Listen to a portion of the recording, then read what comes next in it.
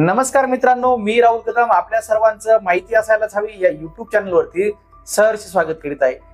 मित्रांनो, RT admission बाबत खूप मोठी अपडेट येत आहे। महाराष्ट्र शासनाने जे खाजगी शाळेतील प्रवेशावरती बंदी घातलेली होती, थोडक्यामध्ये की जे काही विद्यार्थी आहेत त्यांना ज्या खाजगी शाळा आहेत ते आरटी अंतर्गत प्रवेश मिळत नव्हता। जर सरकारी शाळा आपल्या 1 किलोमीटर किंवा 3 किलोमीटरमध्ये परिसरात जर असेल तर अशा वेळेस आपल्याला प्रवेश तिथं मिळत नव्हता, आपल्याला सरकारी शाळेतच प्रवेश घ्यावा लागत होता। तर या विरोधामध्ये मुंबई हायकोर्टामध्ये याचिका दाखल करण्यात आलेली होती आणि या याचिकेवरती हायकोर्टाने काही निर्देश दिलेले आहेत आणि यातून आम्हाला सर्वसामान्यांना कशा पद्धतीने फायदा होणार आहेत याच विषयाची सविस्तर माहिती जाणून घेण्याचा प्रयत्न आज आपण या व्हिडिओमध्ये करणार आहोत। आपण माहिती असायलाच हवी या यूट्यूब चॅनलवरती पहिल्यांदा आला असाल तर हा यूट्यूब चॅनल नक्की सबस्क्राईब करा, त्यासोबत शेजारील बेल आयकॉन दाबायलाही विसरू नका। तर चला मित्रांनो, सुरू करूया आजचा हा video.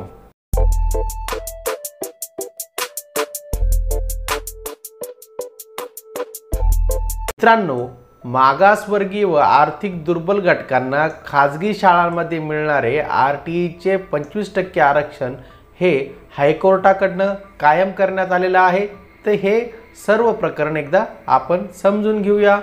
RTE right to education ॲक्टच्या शिक्षण हक्क कायद्याच्या माध्यमातून खाजगी शाळांमध्ये दुर्बल घटकातील विद्यार्थ्यांना 25% जागा राखीव ठेवण्यात येत असत, त्यावर महाराष्ट्र सरकारने अधिसूचना काढत बंदी आणली होती।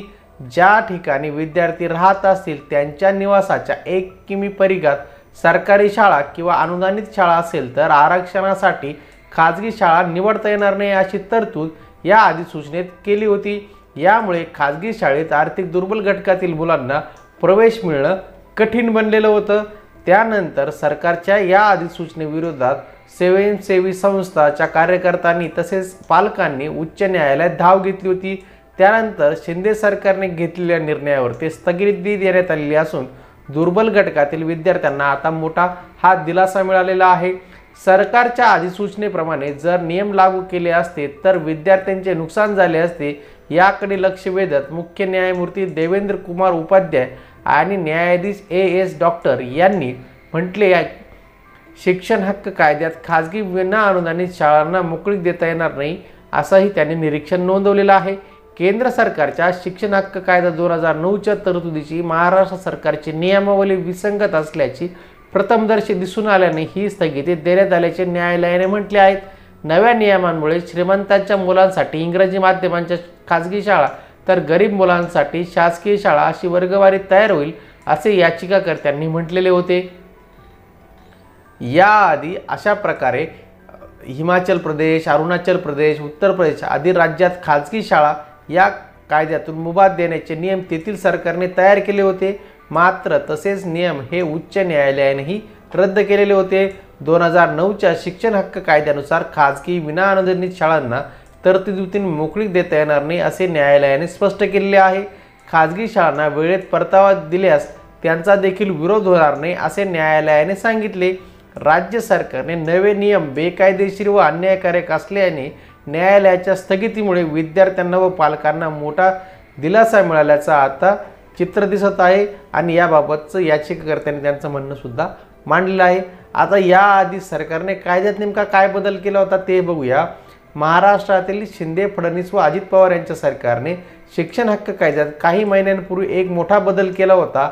आतापर्यंत शिक्षण हक्क कायद्यानुसार आर्थिकदृष्ट्या मागास प्रवर्गातील विद्यार्थ्यांना खाजगी शाळेत 25% आरक्षण स्थगित केले होते।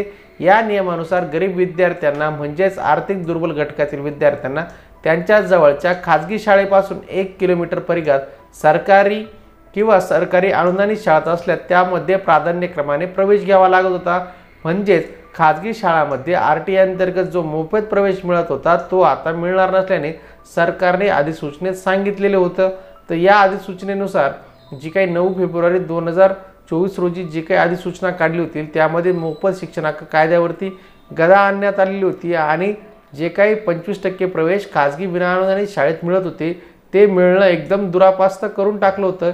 आता मुंबई हायकोर्टाने जो काही हा मुंबई हायकोर्टाने जो काही हा निर्णय घेतलेला आहे, या निर्णयामुळे सर्वसामान्यांना नक्कीच दिलासा मिळणार आहे आणि शासनाला दिले गेलेल्या निर्देशामुळे आता खाजगी शाळांमध्ये विद्यार्थ्यांच्या प्रवेशाचा मार्ग मोकळा झालेला आहे।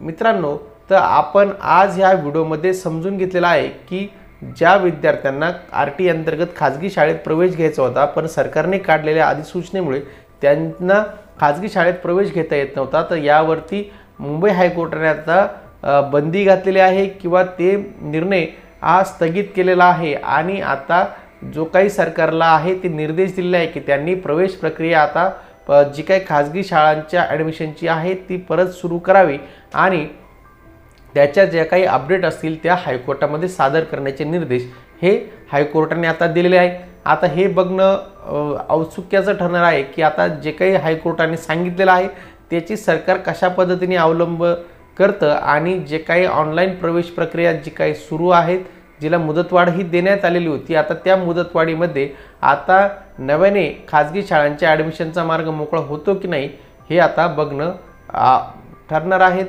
कारण की सरकार निवडणुकींचे कारणं देऊन आता यामध्ये बदल करतं की नाही, की अजून काही नवीन नियम आणून जो काही गरिबांचा शिक्षणाचा मार्ग अडवण्याचा प्रयत्न करतं का, हे आता पुढे पाहणं आवश्यक ठरणार आहे।